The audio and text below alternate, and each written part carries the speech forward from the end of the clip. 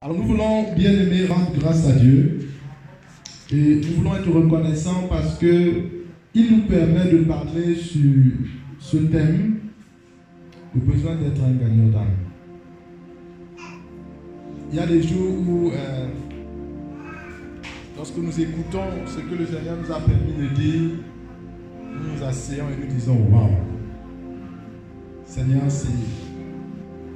le message nous interpelle. Et nous concluons le message la dernière fois en invitant tous ceux qui occupent des positions qui, en temps réel, en temps normal, devraient être des positions de gagnants d'âme et qui, malheureusement, n'ont pas encore eu le privilège et l'opportunité d'avoir une rencontre personnelle avec Jésus, qui n'ont pas vu leur propre âme être sauvée, à le faire. Et je voudrais donc qu'on lise, on va lire des versions de la Bible, Matthieu chapitre 23, le verset 15. Alors je voudrais plaider que les personnes lisent à haute voix. Matthieu chapitre 23, le verset 15, on lira, si on a, le français courant ce matin, on va lire. Si on a Louis II, 21e siècle, on lira également. Ok, on va donc suivre la lecture qui va être faite par notre bien-aimée sœur ce matin. Malheur à vous, spécialistes de la loi et pharisiens hypocrites, parce que vous parcourez la mer et la terre pour faire un converti, et quand il est devenu, vous en faites un fils de l'enfer 2 fois pire que vous. Alléluia. Est-ce que le français courant est là ce matin? Nous avons lu Louis II, 21e siècle. Est-ce que nous avons le français courant ce matin ou parole de vie? Malheur à vous, maîtres de la loi et pharisiens, hypocrites. Vous voyagez partout sur terre et sur mer pour gagner un seul converti. Et quand vous l'avez gagné, vous le rendez digne de l'enfer 2 fois plus que vous. Ah, je crois que c'est clair pour chacun d'entre nous. Le français courant va droit au but. Bien-aimé, celui qui veut être un gagnant d'âme doit intégrer dans son âme que nous ne sommes pas là pour le nombre. Nous voyons que Jésus, lorsqu'il parle, il ne félicite pas les maîtres de la loi, les scribes. Il ne félicite pas les pharisiens. Il n'est pas content d'eux. Il parle, il est Dieu. Il a dit, je n'apprécie pas ce que vous faites. Mais si on voulait regarder à l'époque de Jésus, les scribes et les pharisiens étaient ceux-là qui étaient les mieux considérés sur le plan religieux par la société.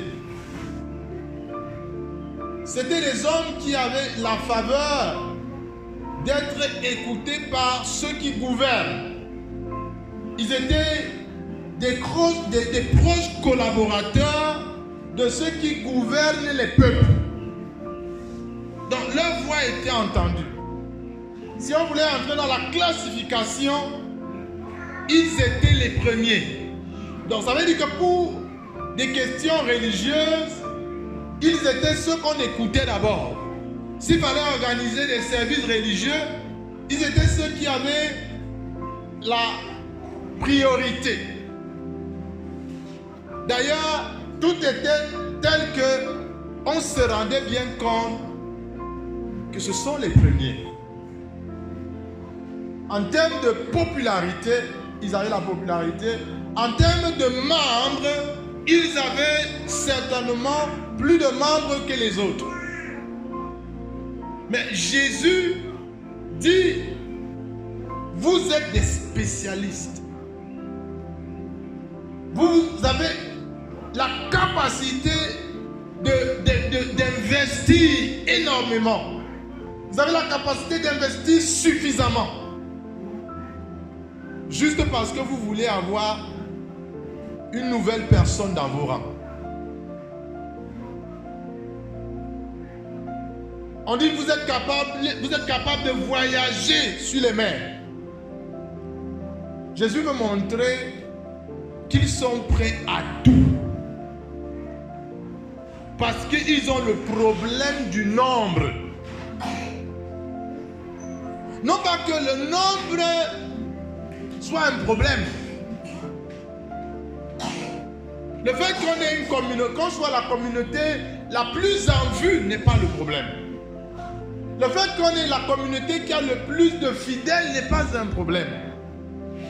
Mais le problème est celui-ci.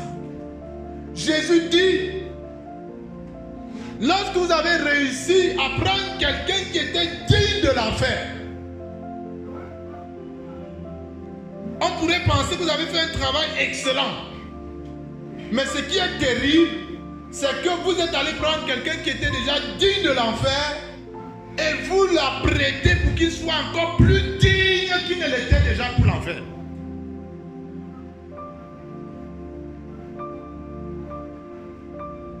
Un gagnant d'âme réfléchit en se disant, lorsque j'aurai gagné, où vais-je mener la personne que j'ai gagnée?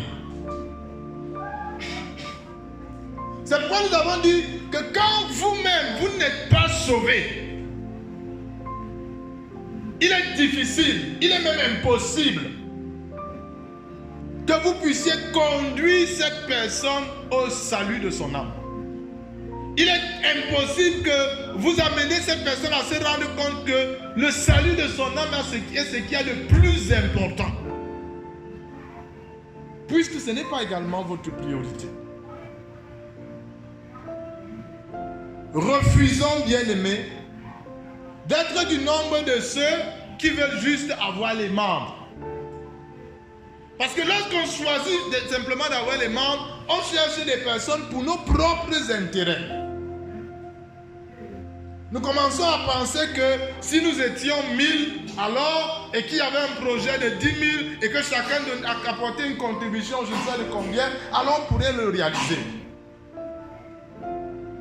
Ce n'est pas de ça qu'il est question. Il y a de la joie produite au ciel pour une seule âme qui se répand. Tout l'investissement du ciel, c'est pour qu'une âme se répande. Ce n'est pas parce que Dieu veut qu'il y ait tellement de gens au ciel pour dire j'ai la plus grande population. Non, ce n'est pas de ça qu'il est question. Quand vous lisez bien vos Bibles, vous allez vous rendre compte qu'au commencement, lorsqu'on présente l'Église dans le livre des Actes des Apôtres, on dit que le Seigneur ajoutait à l'Église ceux qui étaient sauvés. Dans l'Église, ce n'est pas juste pour avoir les membres. Et qu'à la fin, chaque mois, on puisse dire, ou alors chaque dimanche, on puisse dire, aujourd'hui, on a eu tel nombre d'enfants, on a eu tel nombre d'adultes. Non, ce n'est pas simplement ça. On peut avoir tellement d'enfants, tellement de jeunes, tellement d'adolescents, tellement d'adultes, tellement de personnes du 3e ou du 4e âge. On peut avoir les personnes, toutes les personnes de différentes couches de la société, mais sans avoir des sauvés. Juste des personnes qui sont là, qui disent, bon, j'aime être dans cette église. Ce qui préoccupe le cœur de Dieu, c'est ce que ces personnes sont sauvées.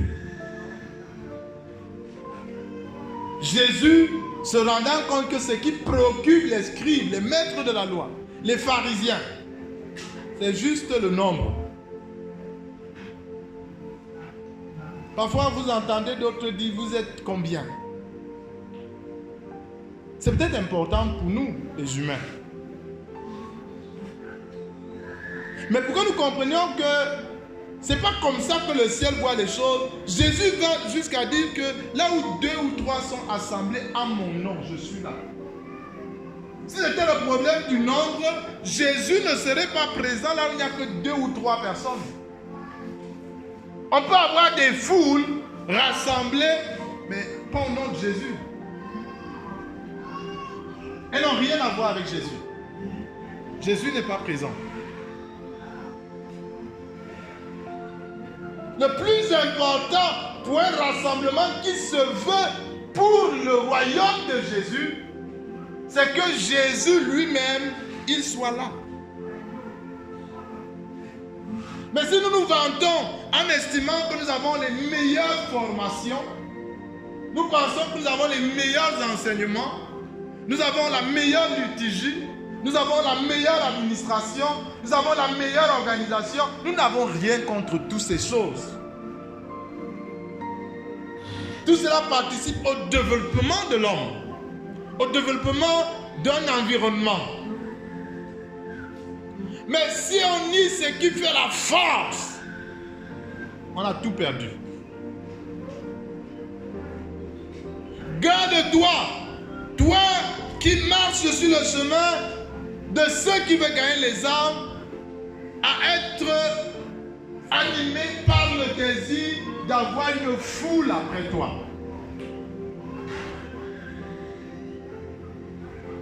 Il y a beaucoup de personnes qui parfois sont très mal de savoir qu'elles ne peuvent pas dans cette vie-ci présenter ne serait-ce qu'une seule personne et dire j'ai conduit une telle personne au Seigneur Jésus. Il y a une satisfaction à savoir qu'on peut présenter une personne qu'on a conduite au Seigneur Jésus.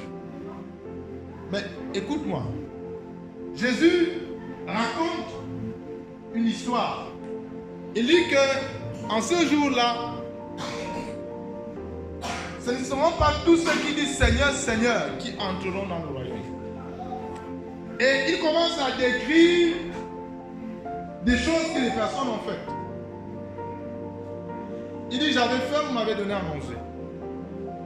Et j'avais soif, vous m'avez donné à boire. J'étais nu, vous m'avez vêtu.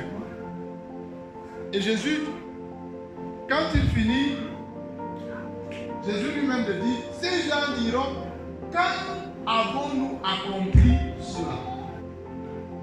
Ça m'amène à te dire quelque chose. Il y a de nombreuses personnes, si tu restes fidèle au Seigneur, que tu verras dans l'éternité qui diront, c'est à cause de toi que je suis sauvé.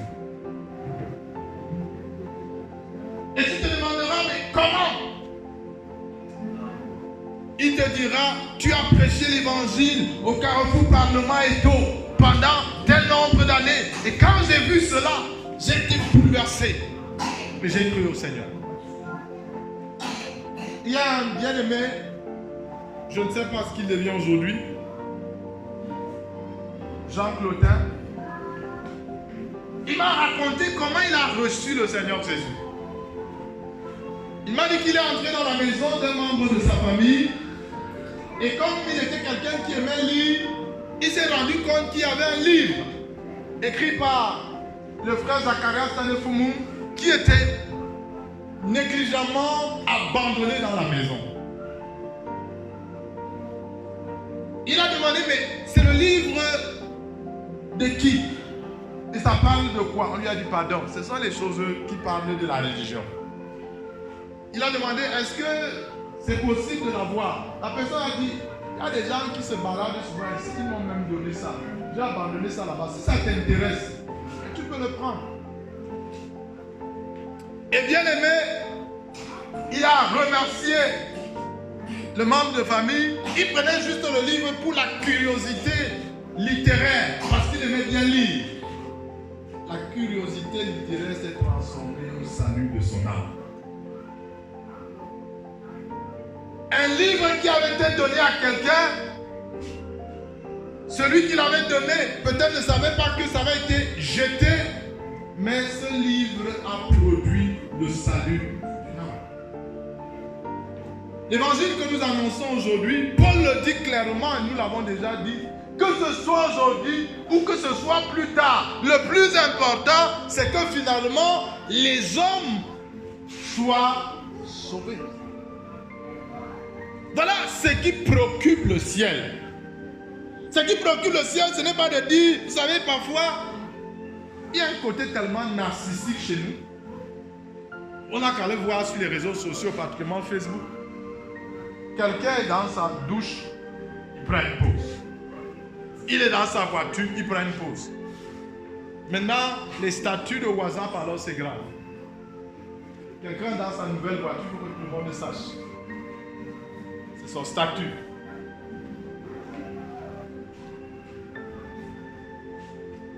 Mais je veux te dire une chose. En ce qui concerne le royaume de Dieu, celui qui se veut un gagnant d'âme, il ne cherche pas la popularité. Il ne cherche pas qu'on dise, mais vraiment, je suis celui qui prêche l'évangile et je suis le plus écouté dans le monde entier. Oh, j'ai déjà à mon compteur, tel nombre d'âmes que j'ai gagné au Seigneur Jésus. Bien aimé, sans le sang de Christ Jésus, aucun de nous ne serait sauvé. Donc c'est un honneur et c'est un privilège que d'être juste un instrument entre les mains de Dieu pour que des âmes soient sauvées. Garde-toi d'avoir le culte de la popularité.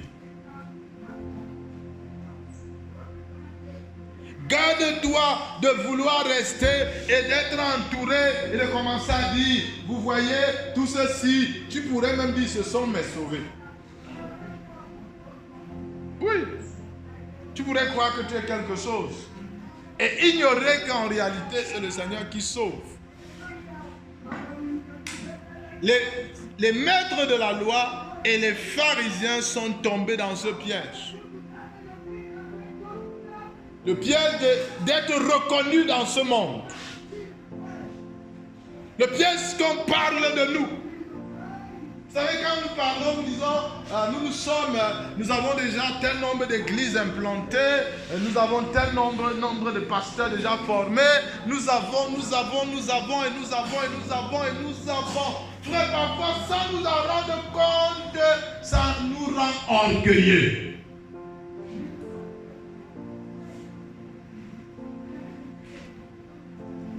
Jésus dit malheur. Vous avez fait tellement d'investissements. Vous êtes devenu moqueur à l'égard des autres.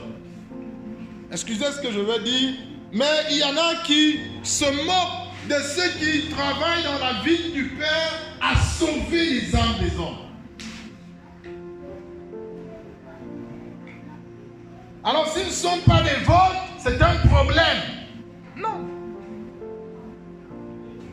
C'est un privilège de savoir que le nombre d'ouvriers puisse se répandre. Je disais, quand j'ai parlé à Nyom 2, que c'est un privilège d'être présent et qu'il y a un pasteur qui est là. Moi, je ne vis pas à Nyom. Il n'est pas de la même communauté que moi. Mais parce que c'est l'église, il était là au lieu du deuil, j'ai dit je vais honorer cet homme qui travaille dans la vigne du Seigneur. Le motoman qui nous a porté m'a lancé un discours moqueur. Il a lu le nom de l'église, il a dit tu pars dans l'église là. Je lui ai dit je vais plutôt dans telle maison. Mais s'il s'agit de l'église, je suis un membre de l'église. Il m'a dit, que veux-tu dire? J'ai dit, quand tu es à l'église quelque part, je suis fidèle de l'église, même si ce n'est pas ma communauté chrétienne.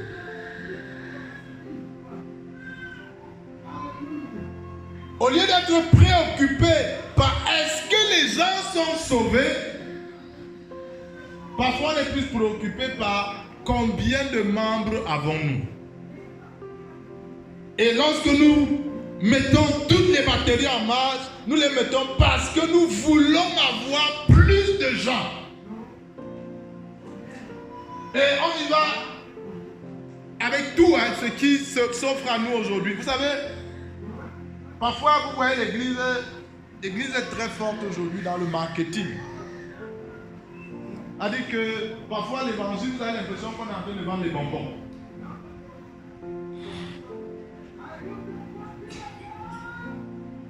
Je n'ai rien contre toutes les églises qui ont les chaînes de télévision, qui ont les chaînes de radio. Mais c'est comme si aujourd'hui, s'il y a une église, elle n'a pas la chaîne de radio, elle a un problème. C'est comme s'il y a une église, elle n'a pas de chaîne de télévision, elle a un problème. Si une église n'a pas de bus, elle a un problème. Ce qui anime parfois les gens, peut-être sans qu'ils ne s'en rendent compte, c'est qu'à un moment donné, ils sont trompés par le fait d'être nombreux.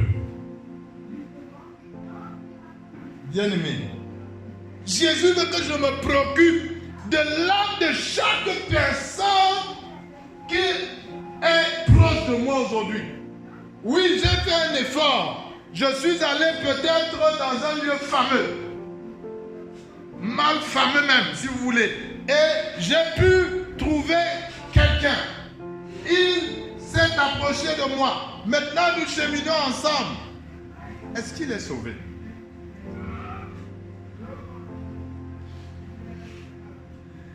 Je suis juste content de savoir que j'ai plus de gens aujourd'hui. J'étais au magasin jeudi et j'ai écouté une histoire qui m'a fait mal. Tellement mal. Quelqu'un qui est à l'église et qui a abusé de tout le monde. Au point où il est recherché. Et on a dit si on met main sur lui, il va descendre directement en prison. Il a disparu, même sa propre femme ne sait pas où il est. Il a écrit un message, il a dit chérie, je t'aime et j'aime les enfants. Le genre de problème que j'ai est très compliqué. On s'est rendu compte qu'il a vendu les terrains virtuels aux gens.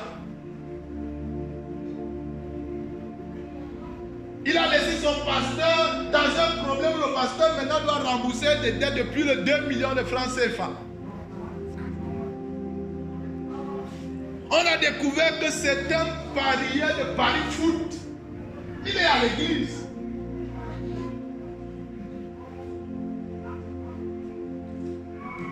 Sa propre épouse ne sait pas où il est.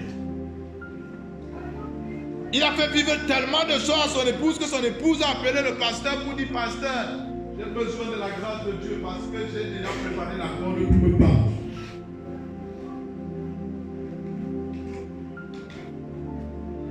Jésus en veut aux scribes, il en veut aux pharisiens de notre époque, qui sont plus préoccupés de savoir qu'aujourd'hui nous étions tel nombre. Il y en a qui pensent que c'est une qualité, peut-être sur le plan humain, mais pas sur le plan spirituel. Nous sommes implantés depuis belle lurette. Nous sommes la seule église que Jésus a laissée.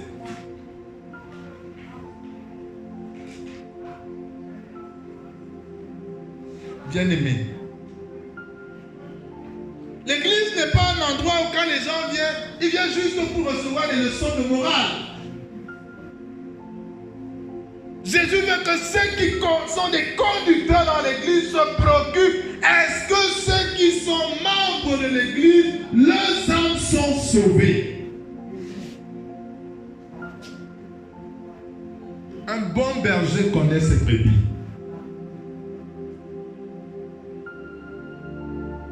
Mais si le berger n'est pas préoccupé par le salut de son âme, on va lire Matthieu 23, le verset 13, et on va comprendre. Matthieu chapitre 23, le verset 13. Quelqu'un va lire pour nous. Nous avons notre sœur qui veut encore faire la lecture. Matthieu 23, le verset 13. Suivons la lecture. Malheur à vous, spécialistes de la loi, et pharisiens hypocrites, parce que vous fermez aux hommes l'accès au royaume des cieux. Qu'est-ce que vous faites? Au lieu de leur ouvrir l'accès, vous fermez l'accès au royaume des cieux. Oui. Vous n'y entrez pas vous-même. Vous n'y entrez pas vous-même. Et vous ne laissez pas entrer ceux qui... Et les gens veulent bien entrer, mais vous ne leur facilitez pas la tâche. Il y a des gens, quand quelqu'un va à l'église, ça les énerve. Quand je n'avais pas encore cru, j'avais des gens que quand ils vont à l'église, je dis que donc, les gens partent à l'église, celui-ci aussi vient. Est-ce que quelqu'un qui est normal devrait être fâché parce que quelqu'un allait à l'église? Parfois vous entendez les gens dire, vraiment, quand les gens ont fini de faire le mal, ils partent se cacher à l'église. L'église, c'est pour ceux qui se sont rendus compte qu'ils ont mal vécu et ils ont besoin de Dieu pour transformer leur vie.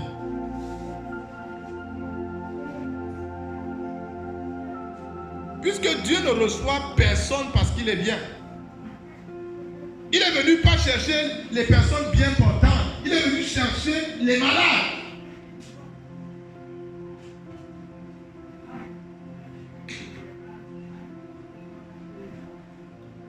Bien-aimé, garde-toi d'arriver à ce niveau.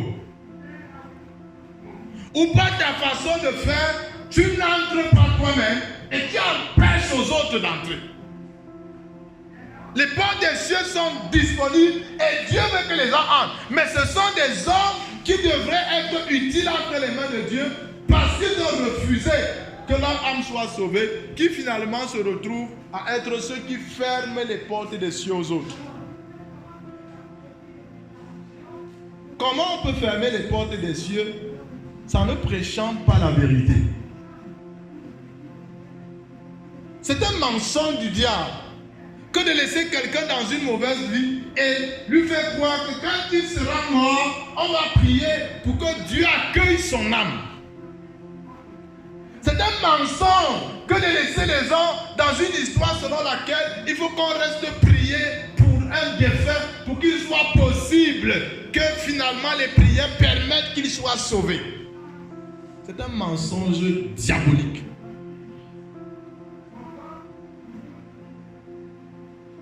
S'il en était ainsi, Jésus ne serait pas venu mourir à la croix.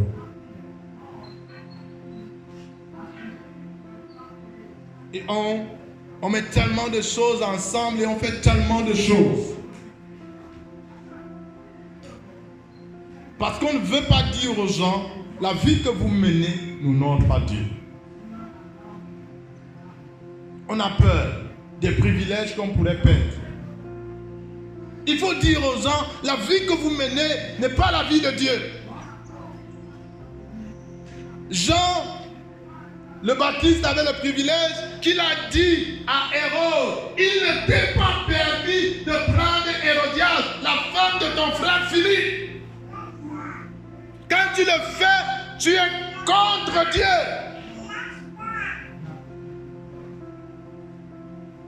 Frère, vous savez ce que cela lui a valu? Sa tête a été coupée.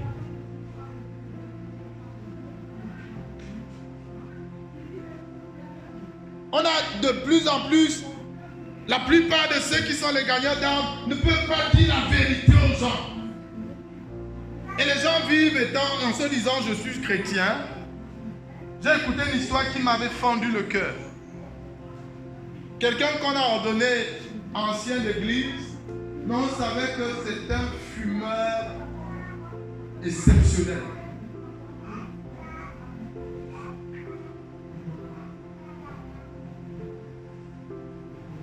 Mais qu'est-ce qu'on recherche là, à la fin?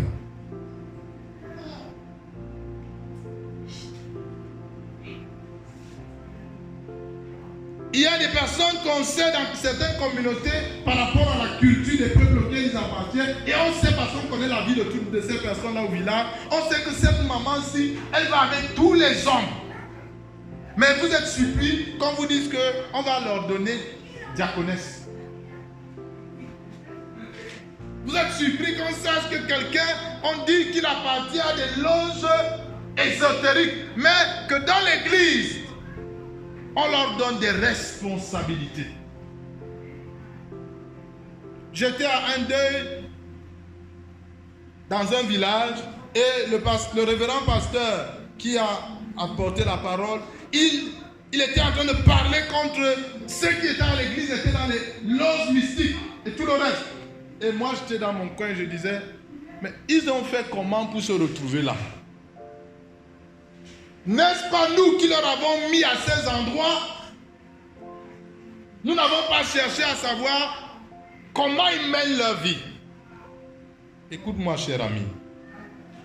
Toi qui veux être un gagnant d'âme, refuse de te retrouver juste avec des fous. Prêche un évangile pour que ceux qui seront avec toi soient les sauvés. Que tu aies la joie de dire comme Jésus. Frère, Jésus n'en avait que 12 qu'il a présenté au Père. Et il pouvait dire, il n'y a qu'un seul qui est le fils de la perdition. Ne sois pas quelqu'un qui se veut un gagnant d'âme et qui sera surpris de savoir qu'aucune des personnes avec lesquelles tu te trouves soit sauvée. J'ai déjà écouté beaucoup de prédicateurs être choqués parce qu'ils disent avoir vécu des expériences spirituelles où le Seigneur leur a dit que la plupart de leurs responsables, leur nom n'est même pas inscrit dans le livre de vie. Zacharie Sanefoum a vécu cette expérience où Dieu lui a clairement parlé pour dire que tu as beaucoup d'anciens là, leurs noms ne sont même pas inscrits dans le livre de vie. Il y a une vidéo, je ne sais pas qui des dirigeants nous l'a envoyé, où un pasteur est entré à l'église, il a prêché, c'était un prophète, il a prêché peut-être pour la première fois un message vrai. Et il a dit, what God shows to me, many of you, your name was not written in the book of life. Mais ils sont les anciens à l'église. Ils sont les dirigeants à l'église.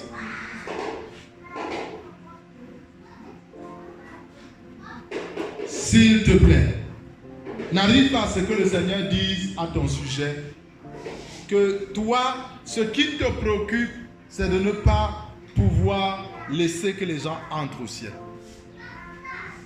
Si tu veux que les gens entrent au ciel, ils vont entrer. En leur prêchant la vérité. Mais deuxièmement, en menant une vie qui permet que les gens soient sauvés. Vous savez, lorsque vous menez une vie qui est contraire au fait que son âme doit être sauvée, les gens ne vous prennent pas au sérieux. Vous pensez que si quelqu'un vous voit à la rue de la joie et vous lui dites que s'il ne croit pas, il va aller en enfer, il va se demander que vous êtes là à la rue de la joie, vous cherchez quoi là-bas?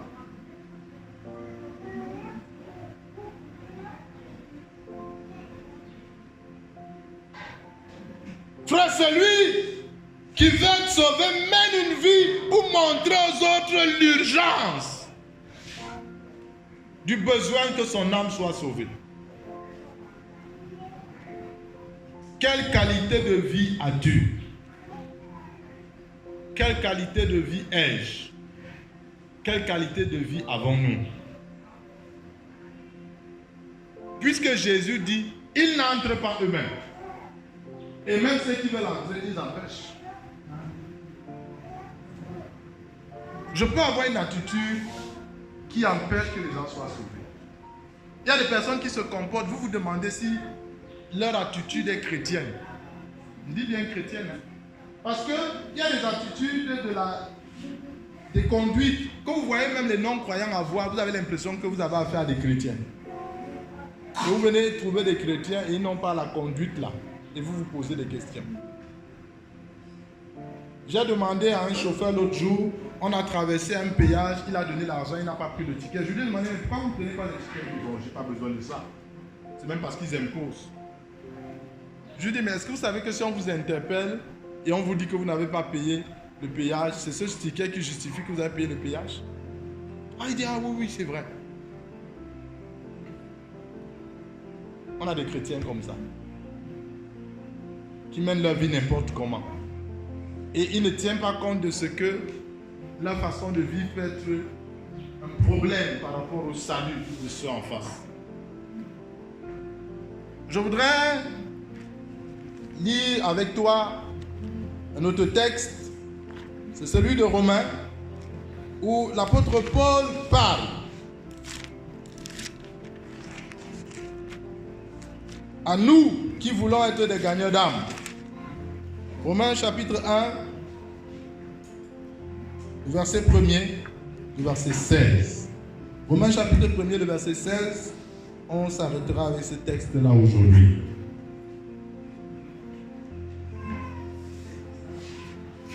Romains chapitre 1 au verset 16. En effet, je n'ai pas honte de l'évangile de Christ. C'est la puissance de Dieu pour le salut de tout homme qui croit, du juif d'abord, mais aussi du non-juif. En effet, l'évangile qui révèle la justice de Dieu par la foi et pour la foi. Comme cela est écrit, la justice te vivra par la foi. Nous voulons rendre grâce à Dieu. Romains chapitre 1er, verset 16. L'apôtre Paul dit quelque chose qui doit animer le gagnant d'âme. Le gagnant d'âme doit comprendre que l'évangile, c'est la puissance de Dieu pour le salut, et ce n'est possible que si les personnes croient. Il n'y a pas de salut possible si quelqu'un ne croit pas. Hello? Il n'y a pas de salut possible si quelqu'un ne croit pas. Ce n'est pas la récitation. Il y en a qui pensent qu'à force de répéter une chose, vous allez finir par l'intégrer. Ce n'est pas vrai. Le fait qu'on répète quelque chose peut vous perturber. Mais ça ne veut pas dire que vous y croyez. Quand vous voulez étudier les peuples qui, entre guillemets, en même temps, ils sont dans une religion et dans ce qu'ils connaissent de vrai, il faut aller dans les deuils. C'est quand vous allez dans les deuils que vous comprenez ça en quoi les gens croient. C'est quand vous allez dans les cérémonies de mariage dans les familles que vous réalisez ça en quoi ils croient. Donc, il faut donc que celui qui s'engage à être un gagnant d'âme comprenne clairement que ce n'est que par l'évangile prêché aux hommes que ceux-ci peuvent être sauvés. Et ce n'est possible que ces derniers croient en l'évangile. Mais pour que les gens croient en l'évangile, il faut qu'on voie quelque chose. Les gens qui n'ont pas honte de l'évangile. Si on demande de ne pas avoir honte de l'évangile, cela suppose bien aimé que l'évangile apporte les problèmes. L'évangile n'est pas quelque chose que lorsque tu reçois, tout est rose au-devant de toi. Il y a des marques que tu vas porter jusqu'à dans l'éternité à cause de l'évangile. Bien-aimé, Paul dit, je n'ai pas honte de l'évangile. Frère, il faut que j'arrive à ce niveau où je n'ai pas honte de l'évangile. Tout le déshonneur que ça peut apporter dans ma vie. Toute la disgrâce que ça peut apporter dans ma vie. Tu ne peux pas être un gagneur d'âme et tu veux avoir honte de l'évangile. Ce n'est pas possible. Le genre d'évangile où tout roule carrosse là, frère, ce n'est pas au genre d'évangile que moi j'ai cru. J'ai cru au genre d'évangile qu'on cogne ta tête et on peut percer. J'ai cru au genre d'évangile où, frère, à cause de l'évangile, tu perds tout. On te charge du travail. C'est que vous n'avez pas encore vécu ça. Il y a des frères qu'on a chassés pour travail. Leur seule faute, c'est d'avoir cru. Leur faute. Ça, le patron t'appelle. Il te dit, tu laisses ça. Tu dis, patron, je ne vois pas le rapport entre. Il dit, moi, je ne prends pas les gens là. Si tu es dedans, tu vas gâter mon chiffre d'affaires. N'aie pas honte de l'évangile. Quel que soit ce que frère, ça va te coûter. N'aie pas honte de l'évangile. Moi, je bénis le Seigneur parce que on sait que les sœurs des églises se gardent. Et ça peut faire en sorte qu'on t'insulte. Qu'on dise que tu vas finir ta vie, tu seras même moisier comme le peuple. Ce n'est pas grave. Hello? Parfois on t'insulte. Parce que quelqu'un t'a fait la cour, tu lui as dit je suis chrétien. Mais où est le mal à dire à quelqu'un que je ne veux pas? Il t'insulte. Il insulte. Quelqu'un m'a insulté l'autre jour quand il traversait la route. J'ai dit, oh, que la gloire soit à Dieu. Parce que je suis chrétien. Encore vous. Frère, si tu veux savoir que les chrétiens ne sont pas aimés, quand on commence à parler des églises, tu parles un peu bien. On dirait, voilà.